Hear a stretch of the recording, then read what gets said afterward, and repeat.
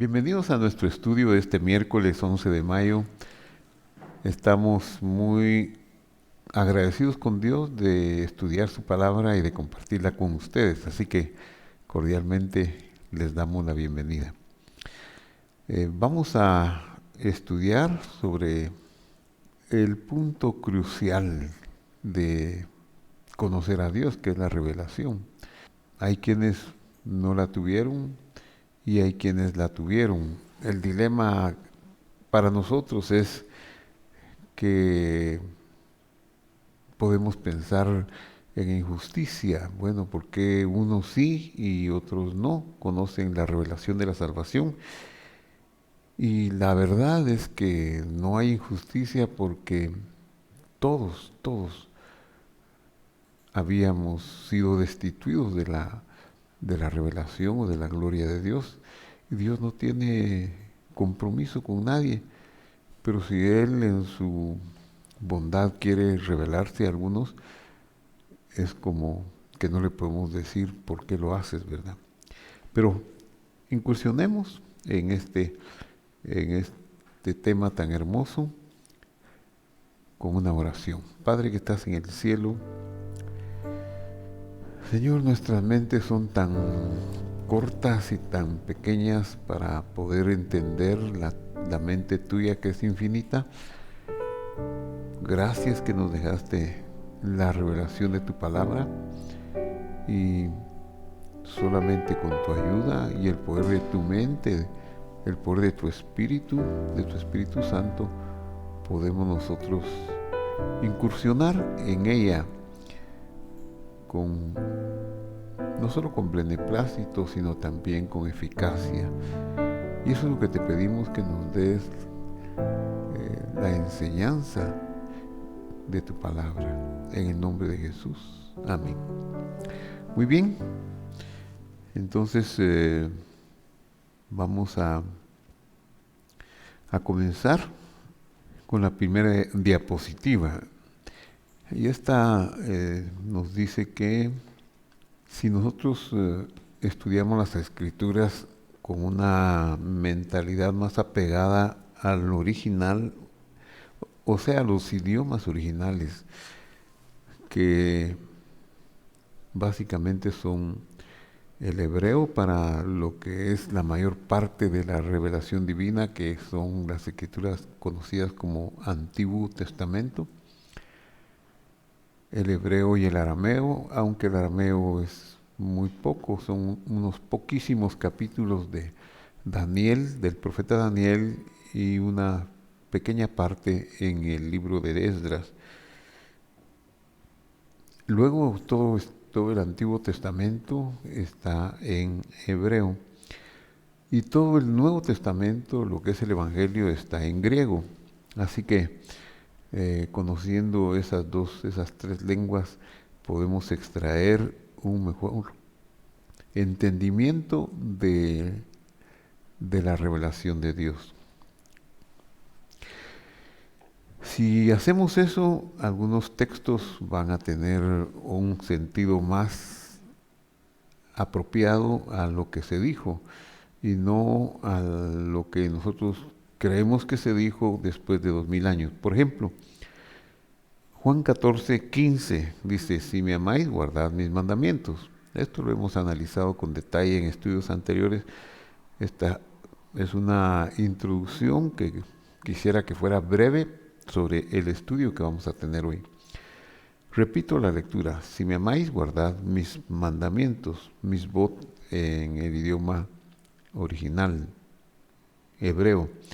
Y luego el versículo 16 dice que haría de esta manera, con ese nuevo entendimiento: y yo profundizaré en Abba, yo profundizaré en Abba, donde tenemos que entender que Abba es la fuente de los tesoros de la sabiduría y las promesas y del amor de Dios, que no son incomprensibles.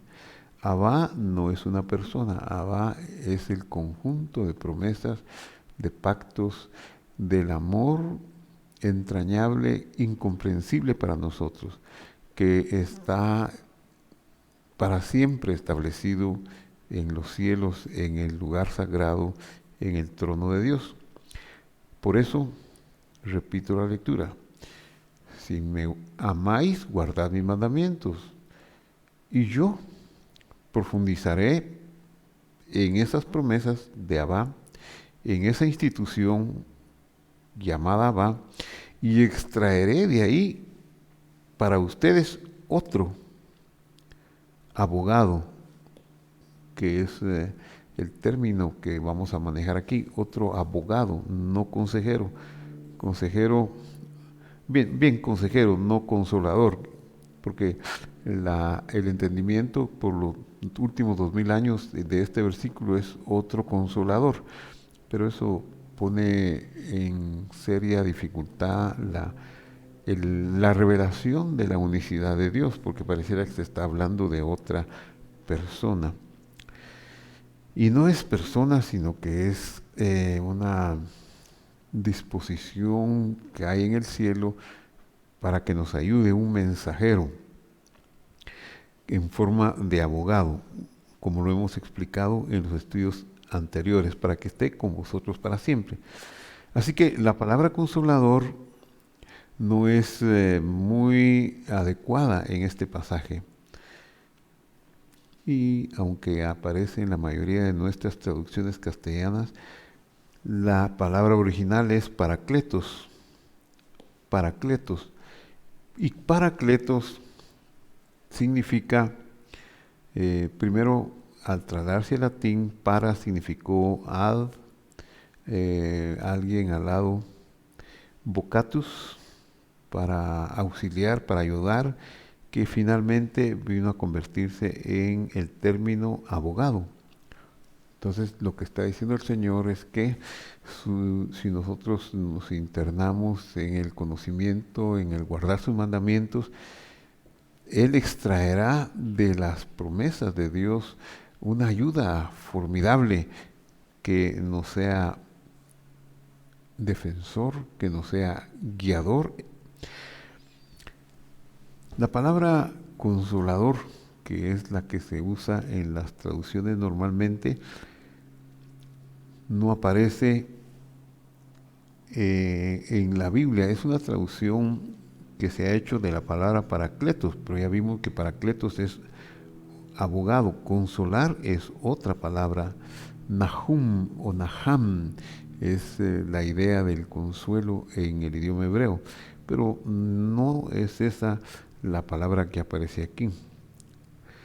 Esta palabra paracletos es una palabra que no aparece tampoco en las escrituras hebreas, sino que es un término nacido del derecho romano y que tiene que ver con la defensa de un reo, de alguien que contrata un consejero que le ayude a manejarse con las leyes.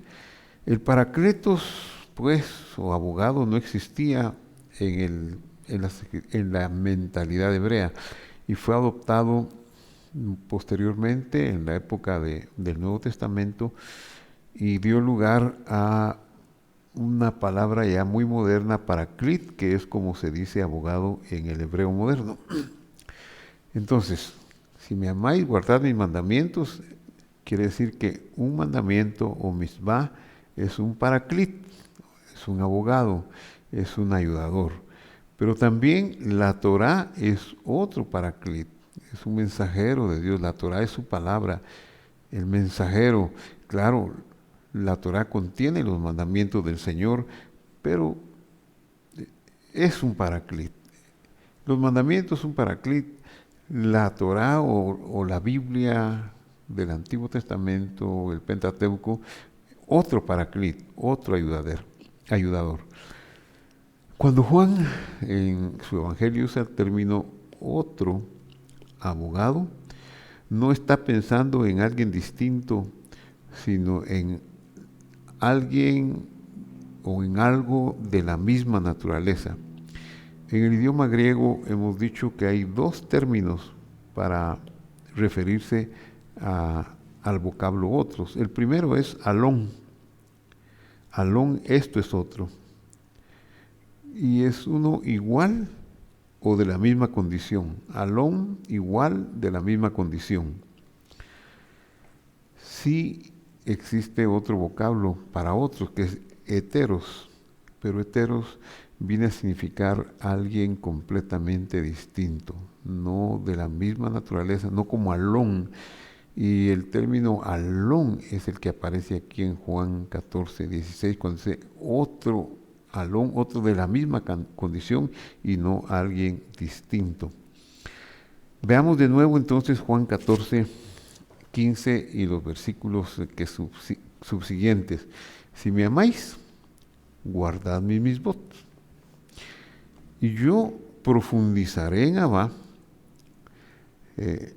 Ya dijimos, Abba es la fuente de los tesoros, de la sabiduría y de las promesas y del amor. Y extraeré para ustedes otro abogado y consejero, Paraclito, de la misma naturaleza, para que esté con ustedes para siempre. Entonces Abba, hemos dicho y entendemos que es la plenitud del tribunal de justicia y del amor y de la sabiduría expresado en promesas. Son los juramentos eternos que aprendemos en la revelación de Dios, en la instrucción de Dios que conocemos como la Torá o como el Pentateuco. Y estos tres grandes conceptos se han revelado en el Mesías. ¿Cuáles son? El tribunal de justicia, los juramentos y la Torá se han revelado en el Mesías, en el ungido, en el Señor Jesús. La justicia de Dios se ha revelado, su amor se ha derramado y la sabiduría se ha consolidado en el Señor Jesús. El apóstol Pablo lo describe de esta manera. En Él, en el Señor Jesús, en el Mesías, habitan todos los tesoros de la sabiduría y del conocimiento. Pero entonces, ¿qué es el Paracletos? El versículo siguiente lo describe y nos abre una explicación más adecuada, más apropiada, que ya con lo que hemos estado viendo en los versículos anteriores nos puede ser de ayuda para comprender lo que es el Paracletos, al que el Señor dice, vendrá otro de la misma condición, otro Paracletos, otro abogado, para que esté con ustedes, para ayudarles. Y ese Paracletos es llamado aquí el Espíritu de verdad. El Espíritu de verdad, al cual el mundo no puede recibir porque no lo ve ni lo conoce, pero vosotros lo conocéis porque vive con vosotros y estará en vosotros. Entonces, el Espíritu de verdad, el Paracletos, es nada menos que el Ruach Emet, que el Espíritu de la verdad. Emet es la verdad. Emet ya la hemos estudiado. Es la mente de Dios, la mente de Cristo o el poder de la verdad. Paracletos es pues ese Paracletos prometido, Espíritu de la verdad, es la mente misma de Dios, el Ruach, el poder de la verdad que está en el Señor Jesús. Porque ¿quién es la verdad? ¿Quién es la Emet? La Emet es Jesús. Él lo dijo. Yo soy el Espíritu de la verdad. Yo soy el camino, la verdad y la vida. No hay para donde. Él es la verdad. Paracletos, la mente de la verdad, su promesa entonces es demasiado grande. Él nos quiere dar como abogado, como ayuda, su mente, que pensemos como Él. Quiere esclarecer por qué está escrito en su palabra no robar. Vamos a entender que el robo no nos hace bien, nos daña. En lugar de beneficiarnos aparentemente, pues si yo tomo algo que es muy sustancioso, que le pertenece a mi prójimo, eh, lo voy a disfrutar, pero cuando viene la mente de la verdad a nuestra mente, nos enseña que eso no es así. Nos enseña que el robo no me permitirá disfrutar lo robado. Lo que hay un dicho popular que dice que lo que es del agua, el agua se lo lleva. Hay otro dicho que dice ladrón que roba ladrón, y tantos dichos que la experiencia de la humanidad ha llegado a consolidar en forma de dichos, de sentencias, porque el robo no trae cuenta.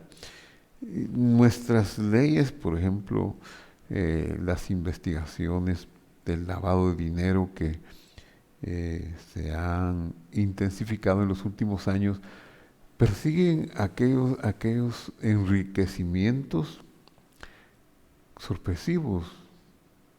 ¿Por qué? Porque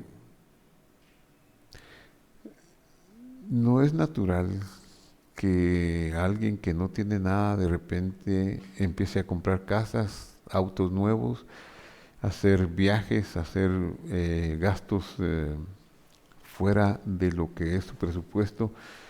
Un análisis muy sencillo sería: si gana 100 y está gastando 500, solo puede provenir o del robo o del crimen.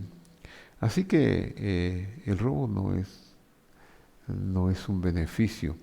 O también el perdón al prójimo, el amor al prójimo y perdonarlo, aparentemente me trae más beneficio odiar al que me hace daño, pagarle con la misma moneda, pero cuando la mente de Dios empieza a permear mi mente, me vengo a dar cuenta que es mucho mejor perdonar, que salgo ganando, porque cuando no perdono es como que si yo me ligara al ser odiado o a la persona o institución odiada y no me deja avanzar. Esa institución me abarca, me encierra como una caparazón y me vuelve un ser amargado. O el mandamiento honrar padre y madre, pudiendo decir: no, es que mi padre no es buen padre, mi madre no es una buena madre, solo me tuvieron, me abandonaron, me dieron me regalaron en un hogar de huérfanos, en un hospicio. Así que, ¿cómo los voy a honrar? Los voy a odiar toda la vida. Pero cuando viene la mente de Dios a mi mente, el poder de ese Paracletos, y me da a entender que sí es cierto que ellos pudieron haber sido imperfectos en muchos sentidos, pero me dieron la oportunidad de vivir en este mundo, lo cual es un regalo inmenso, increíble. Y eso es suficiente para que yo los honre, aunque nunca me hayan pagado el colegio o dado una prenda de vestir o un bocado de comida. La generación que recibió este mandamiento de honrar padre y madre fue la generación que salió de Egipto, la generación del desierto. Y esa generación, esos niños que cruzaron el desierto con sus padres, ellos no fueron alimentados por sus padres, los alimentó Dios 40 años con un pan que descendía del cielo. Dice el Salmo que no hubo en sus tribus enfermos, no gastaron en medicinas. Dice que la ropa no se envejeció sobre ellos, el calzado tampoco. La enseñanza no fue otorgada a través de instituciones caras, sino que fue otorgada por Dios mismo. Entonces, esa mente nos va a enseñar que la honra al Padre y a la Madre es un principio de la mente de Dios y que es por algo superior que a veces no entendemos, como es el don de la vida, el hecho de haber venido a este mundo, a tener la oportunidad de estar en este mundo, de vivir aquí y recibir los beneficios de esa vida, que son muchos. Alguien puede decir, no, este mundo no vale la pena vivir, pero sí, es al contrario. Hay un amor por vivir en este mundo que todos tenemos. Así que el Paracletos, la mente de la verdad, es la promesa de que Dios nos dará su propia mente. Y eso lo dejó el apóstol Pablo con una escritura magistral cuando escribió a los Corintios, capítulo 2, versículo 15, y dijo lo siguiente: en cambio, el espiritual, o sea, el espiritual, el que ya no se deja llevar por los postulados de los ojos nada más. El espiritual dice, juzga todas las cosas sin que él sea juzgado por nadie. ¿Quién conoció la mente del Señor? ¿Quién lo instruirá? Pues bien, nosotros tenemos la mente de Cristo, la mente del Mesías, y por eso vamos a ver que el ejemplo de Él en la tierra es el mejor ejemplo.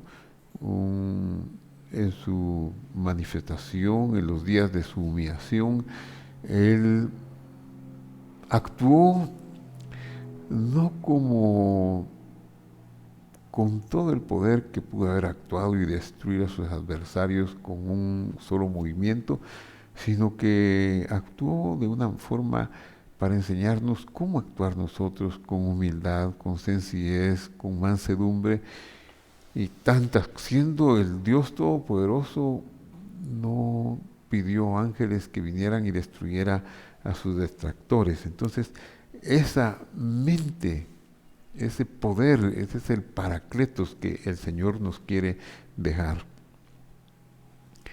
Muy bien, ¿qué hemos dicho de la verdad y de la inmutabilidad del consejo divino? En el pasado hemos afirmado y hemos dicho lo siguiente: la verdad, o emet, que es la palabra de Dios, que es sencillamente lo que abarca todo en la línea del tiempo, o en una línea que pudiéramos nosotros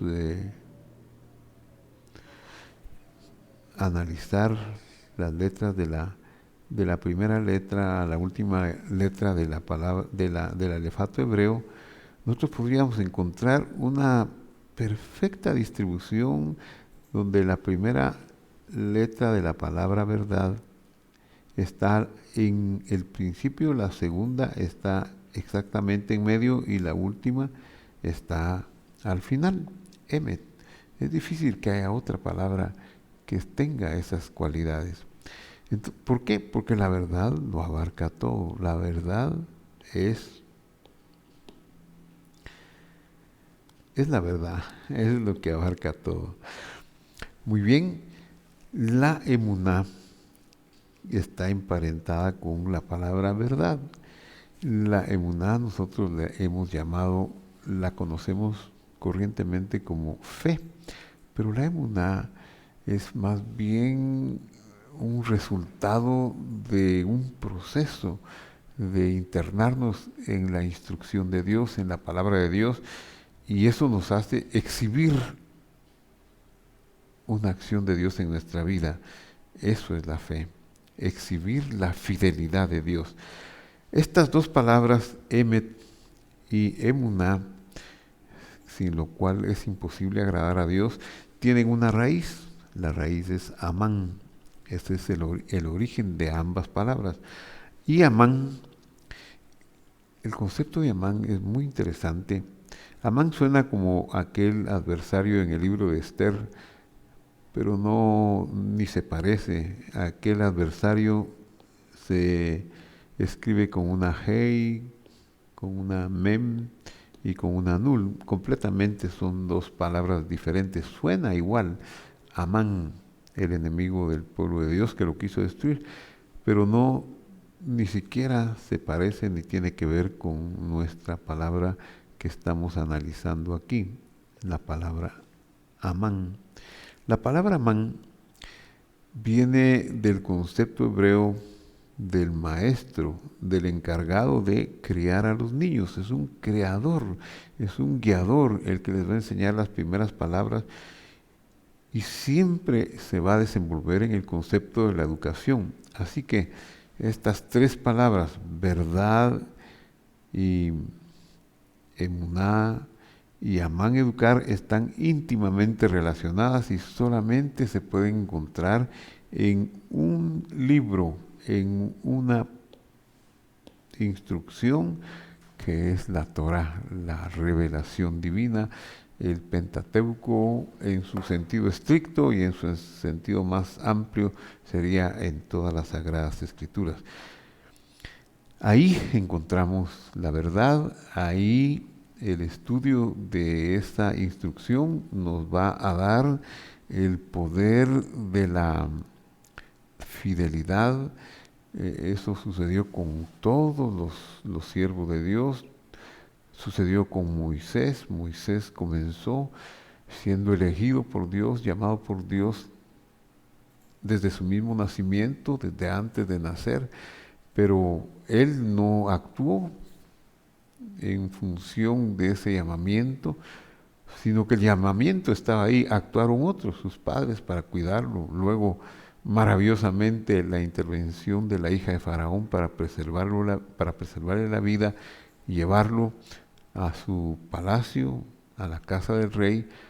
Luego sucede algo muy desagradable cuando es un joven y asesina a un egipcio. Eso lo obliga a huir y estar fuera casi unos 60 años o 68 o 58 años lejos de la tierra de Egipto, mientras sus hermanos estaban en la esclavitud más fuerte. Moisés entonces empieza a tiene el llamado, pero tiene que tener una educación.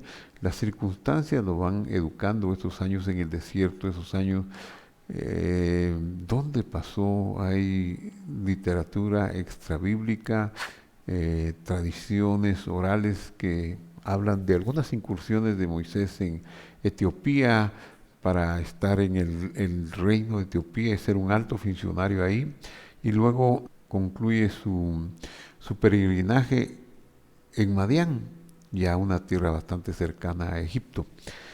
Y allí sigue aprendiendo y su enseñanza en estos años le ha permitido, tal vez no de una forma tan clara como sería a partir de este momento que Dios se le revelara, pero le ha permitido el aprendizaje de, de Dios directamente.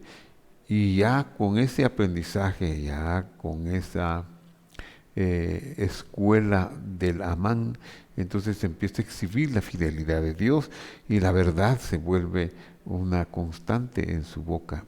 Y Él nos deja la base de la Torah. Él nos deja los libros de la ley de Moisés, como le conocemos en esta parte del mundo occidental, que son la instrucción de Dios, que mejor se podría decir que son la instrucción y no la ley de Dios, la instrucción de Dios, la revelación divina más grande.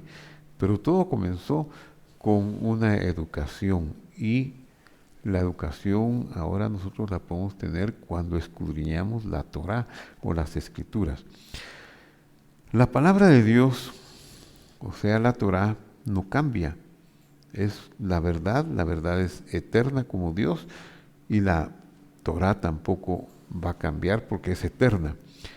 Si volvemos a Juan 14, 17, que nos habla de ese consolador, ¿quién es ese consolador? Dice, el Espíritu de verdad de Emet, al cual el mundo, el cosmos, no le puede recibir.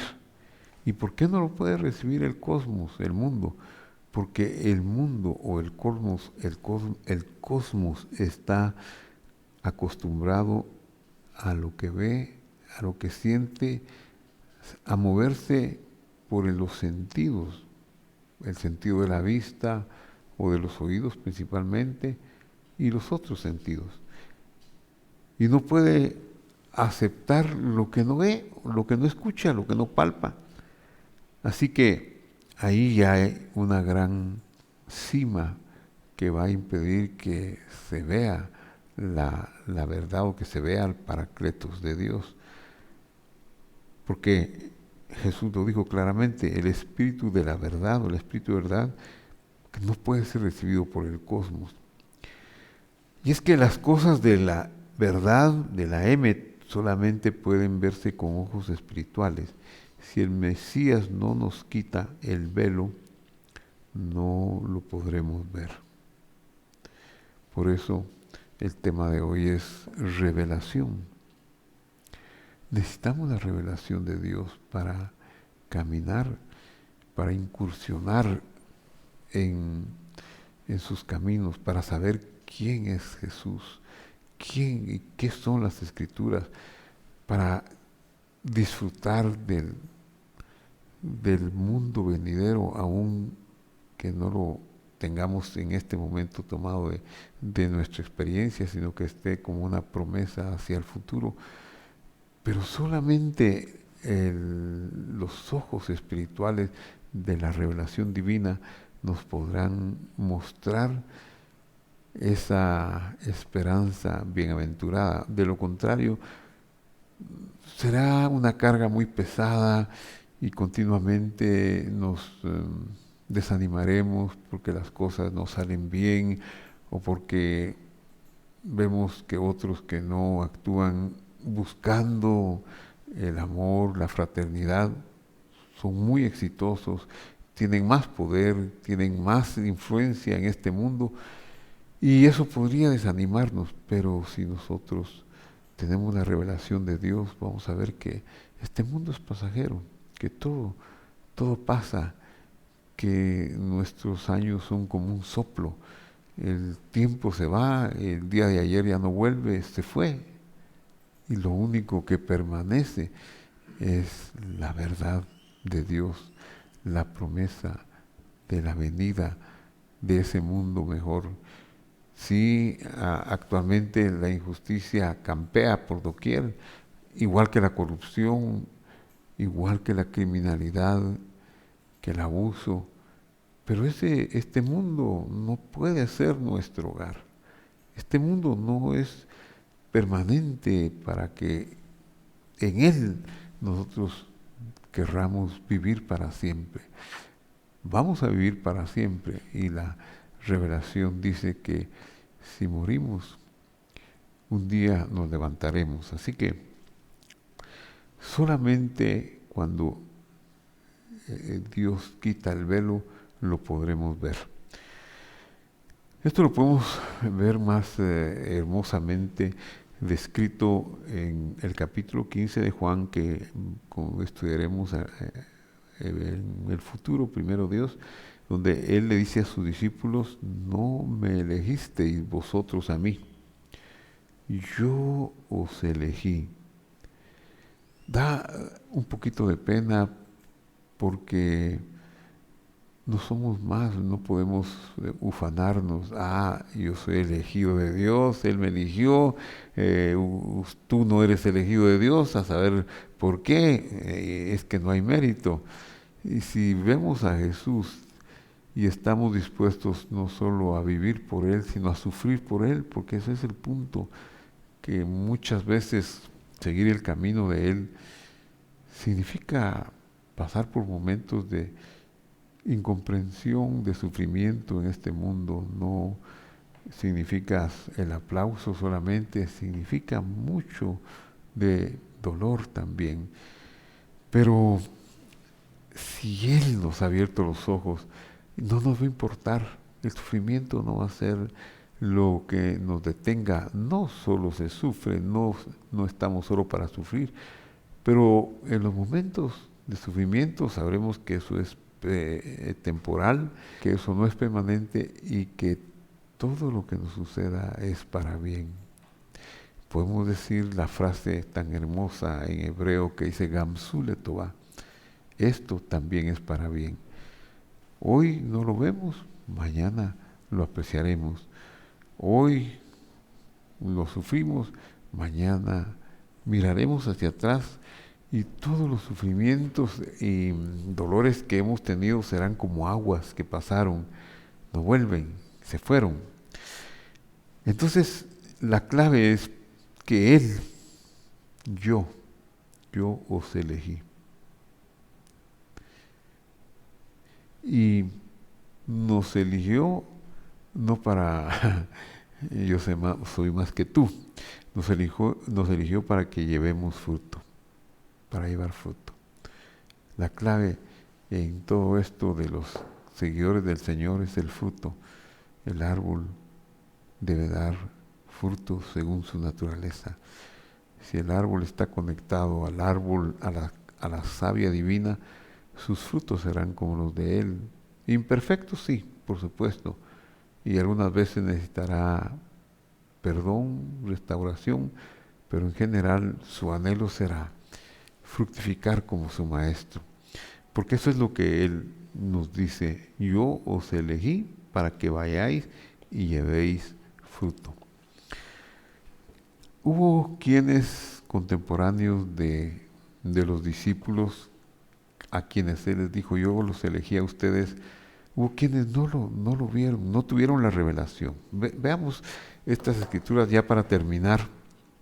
Dice Mateo capítulo 26, versículo 2: sabéis que dentro de 2 días se celebra la fiesta de Pesaj, esa fiesta tan hermosa de la primavera, que habla de la muerte del Cordero, que era un antitipo de la muerte del Señor Jesús en el Calvario, la cual ocurrió en el día, exactamente en el día que se hacía el degollamiento del Cordero. En ese mismo día y a esa misma hora, nuestro Señor estaba siendo también derramada su sangre para que su vida biológica ya no tuviera existencia en esta tierra.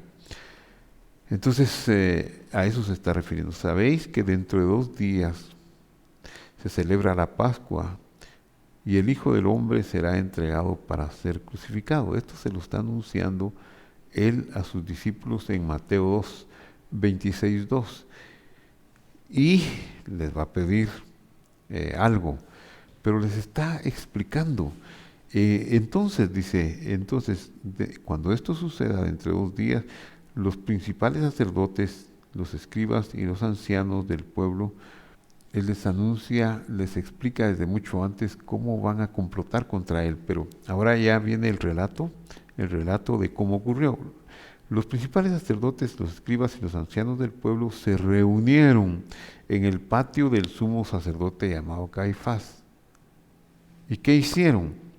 Se confabularon para prender con engaño a Jesús. ¿Qué quiere decir eso? Que Jesús para ellos no era más que un farsante, no era más que un delincuente, alguien muy molesto que los estaba estorbando en su comodidad religiosa. Jesús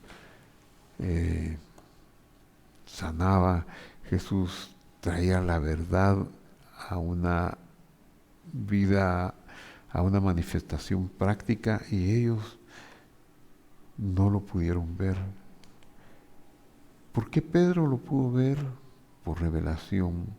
¿Por qué Juan lo pudo ver? Por revelación. Porque él los educó para que lo vieran. Pero Caifás y todos sus compañeros, todos los que confabularon contra Jesús, ellos no lo vieron. Y ellos iban a ser un instrumento de la oscuridad de este mundo, de la maldad de este mundo, para, aún en su ignorancia, cumplir las profecías que de él estaban escritas. Porque dice el Mateo 26:56: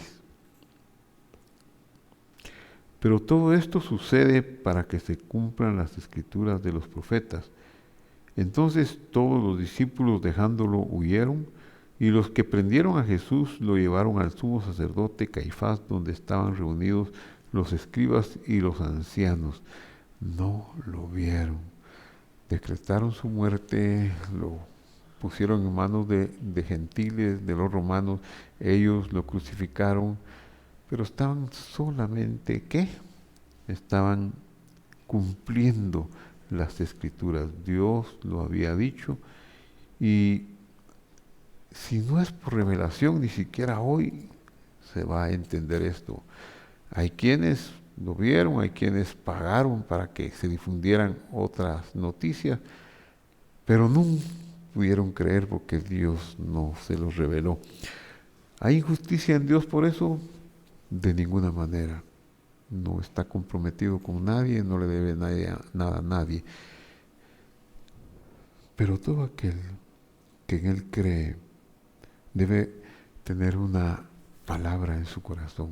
Gracias, gracias. Porque es por gracia que vemos a Él como Salvador. No es por méritos, no es por un trabajo, por un esfuerzo, ni de nosotros ni de nuestros padres, sino es solamente porque Él decidió que nosotros creyéramos. Y entonces ese Paracletos es la mente de Dios que vendrá y nos revelará quién es el Cordero, por qué sus mandamientos son tan importantes para llevarlos a cabo.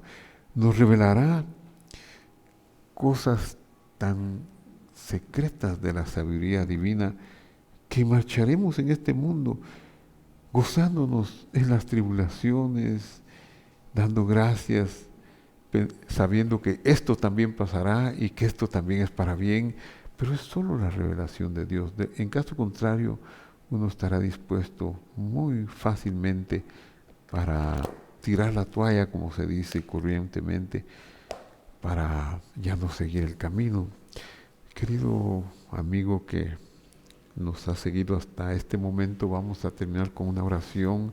Si usted cree en el Señor Jesucristo y su palabra lo alimenta, lo regocija, dele gracias a Dios, porque solo puede tener este entendimiento porque le fue revelado a usted. A uno le fue revelado, a otro no le fue revelado. Si usted lo cree o lo cree en este momento, usted es dichoso, muy dichoso, como dice la palabra Ashrei, traducido como bienaventurado o algunas veces como dichoso. Las riquezas del cielo sería mejor decir, las riquezas del cielo son para aquel, eso es bienaventurado, las riquezas del cielo son para usted que cree en el Señor Jesús, que cree en su palabra y que ama su verdad. Oramos, Padre que estás en el cielo, bendito seas tú que nos has dado esta oportunidad de escudriñar tu palabra. Gracias, Señor, te damos porque no te escogimos, no sabríamos escogerte ni escoger lo bueno, pero tú nos elegiste a nosotros para que lleváramos fruto. Haz que nuestro fruto se dé exhibiendo tu fidelidad, tu amor, tu verdad en nosotros. Enséñanos tu palabra, Señor, para que la podamos enseñar a otros. En el nombre de Jesús. Amén.